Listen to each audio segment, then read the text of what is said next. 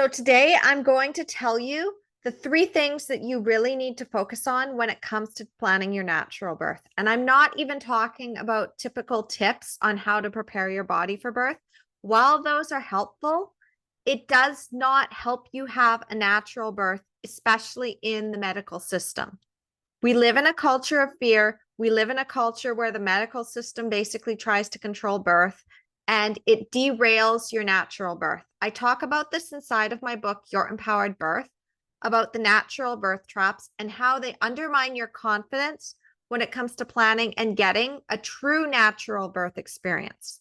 Now, I'm just going to preface this video by telling you the difference between a true natural birth and a natural birth, like what you've been taught to believe in the medical system. Okay, ready? A natural birth is anything from a vaginal birth where you had no interventions, or a vaginal birth where you had the epidural, but you didn't have a C-section, or you had a natural birth because you were unmedicated during it, but otherwise there were things done to you during that birth that does not actually support your true physiological process. Check out one of my other videos on true natural birth when it comes to understanding how this actually works. But the idea here is with a true natural birth, this is what you're actually striving for when you're saying you want a natural birth as natural as possible. There's a lot of moms out there who have had a natural birth. They've recognized that something didn't go exactly the way that they had pictured it. Maybe they felt that they had an exam that they didn't want, or they felt that otherwise that it was too painful, or that something was being controlled and they weren't able to fully express themselves during that birth experience. And they're like, this time I'm going to have a home birth. This time I'm not going to let anybody touch me. The problem is that our medical system does not know how to support a true natural birth. Our medical system only knows how to support a natural birth. And often these natural birth plans lead to inductions, C-sections, the epidural, forceps vacuum, episiotomy, vaginal exams, and a whole bunch of stress that you don't need and a whole bunch of pain that you don't actually need to experience when it comes to a natural birth. A true natural birth, on the other hand, is when you are able to follow your body's instincts, when you're able to follow your own hormonal process, when you're able to basically tune into yourself and to your baby and be able to just navigate that with ease, with comfort, with confidence, and not have it derailed by the medical system. That is the definition of a true natural birth. It's also called a physiological birth. This is what Rachel Reed and a lot of midwives refer to this as, is a physiological birth. But the fact is that it doesn't matter how much education you have on how a physiological birth works. If you do not do these 3 things, what this is going to do is you're going to be fighting, you're going to be begging, you're going to be compromising with the medical system, with your birth culture, with your family, with your friends. You're going to start to doubt yourself. You're going to have a lot of insecurities in how to speak up for yourself. You're not going to know how to do it because there's other key components that you're missing. I talk about these again inside my book, Your Empowered Birth, about the 5 pillars of empowered birth, but there's more to it than that. So the basis of these 5 pillars is that you need to have the right mindset going in. And this is the key piece that I'm going to be talking about today, is basically the right mindset. The right mindset consists of having the idea that you are in the position of authority. It brings you back your confidence and helps you recognize what you actually want in your birth. Second part of the mindset is that you need to be able to conquer those fears. You need to be able to challenge what you're being taught. In order for that to happen, you have to be really strong in who you are and know that sense of yourself and that value that you have, that you're holding, and that dream vision that you're holding for your birth. Because nobody else is going to believe in it as much as you do. Now, you can hire a coach, which is what I do. I'm actually a birth empowerment coach, and women hire me in order to help them hold that dream, give them the skills that they need when it comes to learning how to navigate the medical system, the information that they need when it comes to planning and getting the kind of birth that they want. It's completely customized, but I don't work with everyone. Even in my high level programs, it's the same thing. I only take a select group of people at a time. I work through them in this system and I help them get what they want. So why am I teaching this to you for free if I also have high level programs and I have coaching? Because I know that you might not be able to access this, or you might be curious to know more so that you can get either on a call with me or go and check out my book, Your Empowered Birth, which lays out this whole system, by the way. So you need to have that right mindset piece dialed in. The other four, so you need to have the right education, the right environment, the right facilitators, and the right support. And I'll talk about those in another video. But right now, what you really need to know is these key things that you need to know in order to basically get that true natural birth. Number one is that all of this fear that is put on you, you have to be able to get rid of it. To be able to conquer your fear basically means going in and facing those fears. You have to look at them. You have to actually look at each one and challenge them. Inside of Your Empowered Birth, I actually walk you through how to do this. But the quickest and easiest way to go through your fears is to just look at them and then ask if they're true or not. If they're really true, if there's any information out there that can contradict that. Let me just tell you, there's nothing as terrifying as just fear itself. Once you use your fear as a stepping stone towards actually getting your dream outcome, it can't hurt you anymore. So I have clients that do have fears, and they do always come up, but they also have the tools that I've taught them. And one of them is very simple. I'm just going to teach it to you right now. Ready? Okay. So I want you to close your eyes for a minute. And I want you to just focus on the fear that you might be feeling on any issue in your pregnancy or in your birth, or what might come up that you're terrified of. Maybe it's a C-section. Maybe it's just crumbling under the pressure. Whatever it is, I want you to number that 1 out of 10. And then I want you to take a nice deep breath. In through the nose and out through the mouth.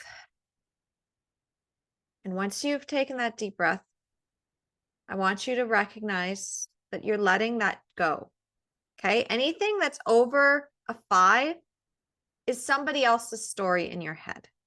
Okay? So you're going to take whatever everybody else is giving you, and you're just going to take another deep breath. Let it out and ask, is this true for me? Is this actually true? Is this actually something that's going to happen? Or is it just something that might possibly maybe happen? And 9 times out of 10, this is not something that's actually happening right now.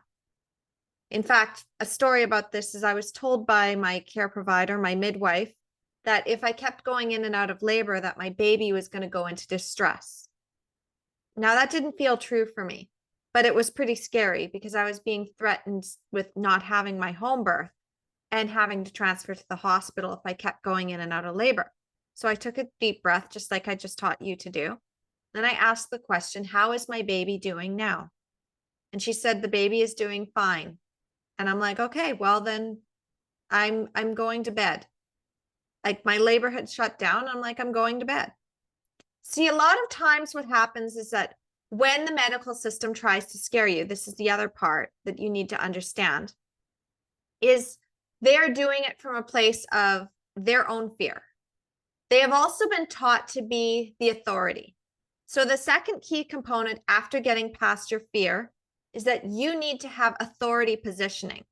This is a marketing term, and this is also a term in the business world where you are basically the authority, because you have to recognize that the medical system is a business.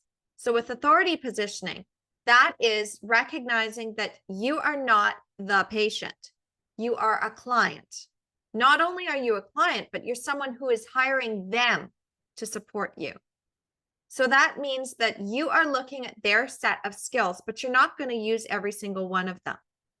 You're also looking at their area of expertise. Do they actually know what a true natural birth looks like? Or would they not recognize it even if it smacked them in the head? I'm just going to say this because one thing about me is that I will just say whatever is like true. And this is true.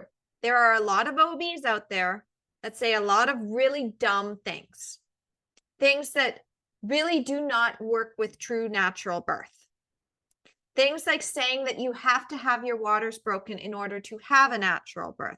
Things like saying that you have to go into labor by a certain point in order to have a natural birth, that your baby has to be under a certain weight, that your pelvis has to be a certain shape, that you have to be a certain age to be able to have a natural birth. They will find every single excuse under the sun to control your birth experience because that is all they've been taught. They're surgeons. Now, there are some obstetricians that operate under a midwife model, but there's not many. And there's some midwives that don't operate under a midwife model. And you can spot this more easily when you're putting yourself as the position of authority. So how do you do that? Well, it takes the mindset of getting past your fear, which I just taught you how to do, so that when they bring up those could, might, possibly, maybe happens and act like the expert who knows more than you can recognize that you are your own best expert. You know what you need, and you can ask the questions, and you can choose to either listen to what they have to say or say thank you, but no thank you. The last part that you need to have in order to have a true natural birth is being the relationship leader. This is another term that I've picked up from my mentor, Annie Lala, who is an amazing relationship coach, but she also talks about how you need to have your partner on board in life to be able to go and achieve your dreams. And what is more important than the birth of your child? You need to have your partner on board. And so many people get this wrong too, where they are saying they want a natural birth, but their partner is terrified. And their partner would rather they stay in the hospital. Their partner would rather defer to the doctor.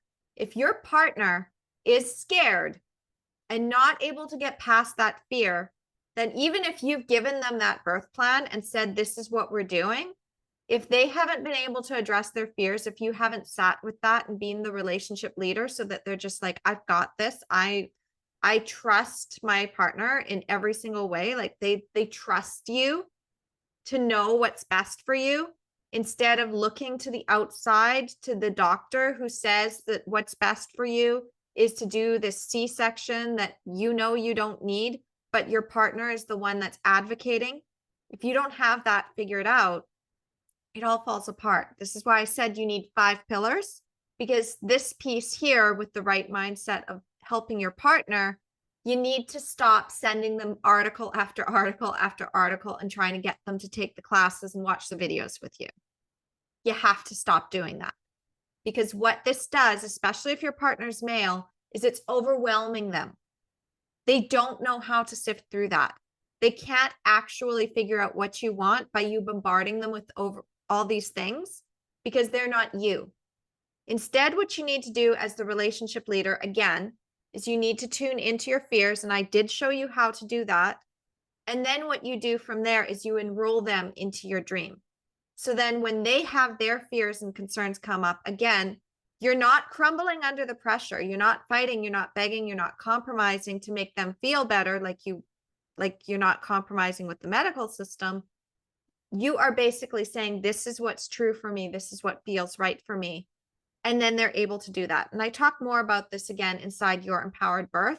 There's a whole system on how you can ask the questions in the journal prompts in order to get the birth you want. And I teach more about this in some of my programs. I teach this with all of my clients. If you want to know more, though, about what you need in the starter guide when it comes to getting an empowered birth experience, and what else you might want to focus on if you're a first-time mom, a second-time mom, or a VBAC mom, which are the 3 archetypes for natural birth planning, then go to my website, empoweringmomsbirth.com/start guide. And what you're going to get is a whole overview of the system. You're going to learn more about my book, Your Empowered Birth, how to work with me. And in addition to that, you're also going to get a free gift from me.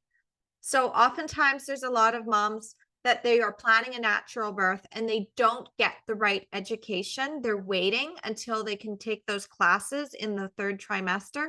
By that point, it is too late.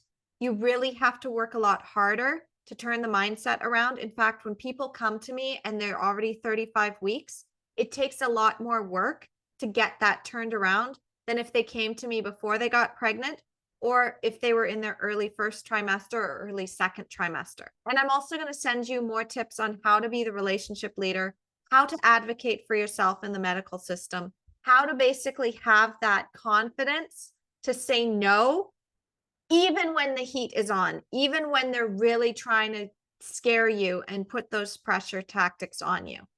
I also give you access to my wider network of birth community members. I tell you more about what they're offering. In fact, there's a lot of books that I recommend you check out. Rachel Reed's is one of my favorite. There's one on breech birth from my friend Haley Pierce. And there's so much more that I teach you inside the newsletter and inside of my community and inside of my programs. So if you're loving what I'm teaching on YouTube, make sure you go and check out empoweringmomsbirth.com/start guide. Get your free guide and get those tips. All right, that's all I have for you today. Thank you so much for watching and happy birth planning.